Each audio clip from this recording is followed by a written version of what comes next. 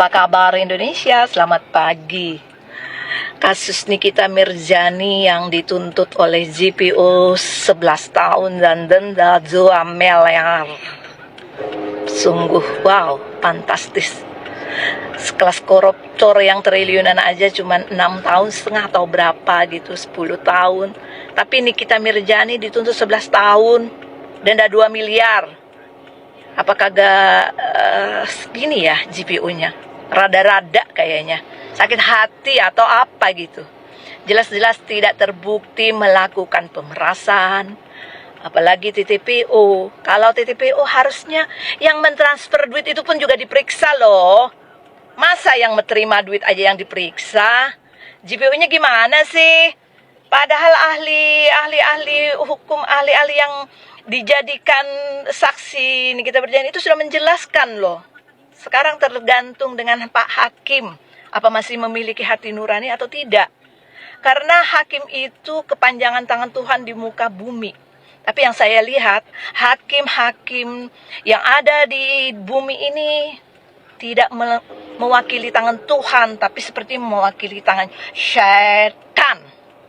Karena saya pernah juga mengalami kriminalisasi di tahun 2013. Jadi saya tahu tingkah laku para JPO hingga hakim ketuanya bagaimana. Hingga si baju coklat. Itu sudah bukan rahasia umum bagi kami masyarakat Indonesia. Sungguh miris.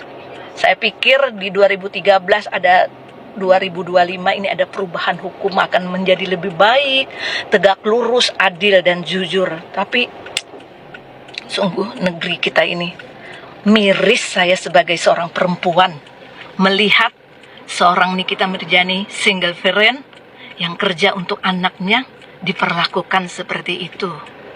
Sungguh fantastis. Tolong Bapak Presiden Prabowo Subianto yang terhormat, benahi hukum kita dulu agar Indonesia maju dan benar-benar jujur. Karena jika penegak hukum bertingkah laku seperti saat ini, Indonesia tidak akan pernah ada yang namanya kejujuran dan keadilan di dalam hukum. Jadi saya sebagai warga negara Indonesia yang pernah mengalami kriminalisasi di tahun 2013, saya tahu sekali bagaimana permainan para penegak hukum tersebut dan oknum-oknum JPO hingga hakim. Jadi tolong ya Pak, jangan sampai Indonesia makin rincu dan malu dengan hukum kita yang dipertontonkan seperti ini terhadap anak-anak kita nantinya, generasi muda yang akan datang. Apakah harus seperti ini terus-menerus loh Pak?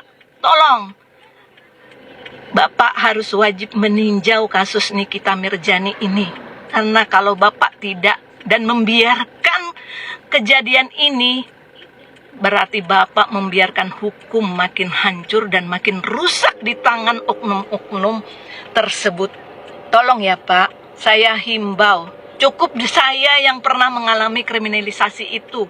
Jangan sampai terjadi terhadap Nikita Mirzani ataupun Nikita Mirzani yang lainnya Pak.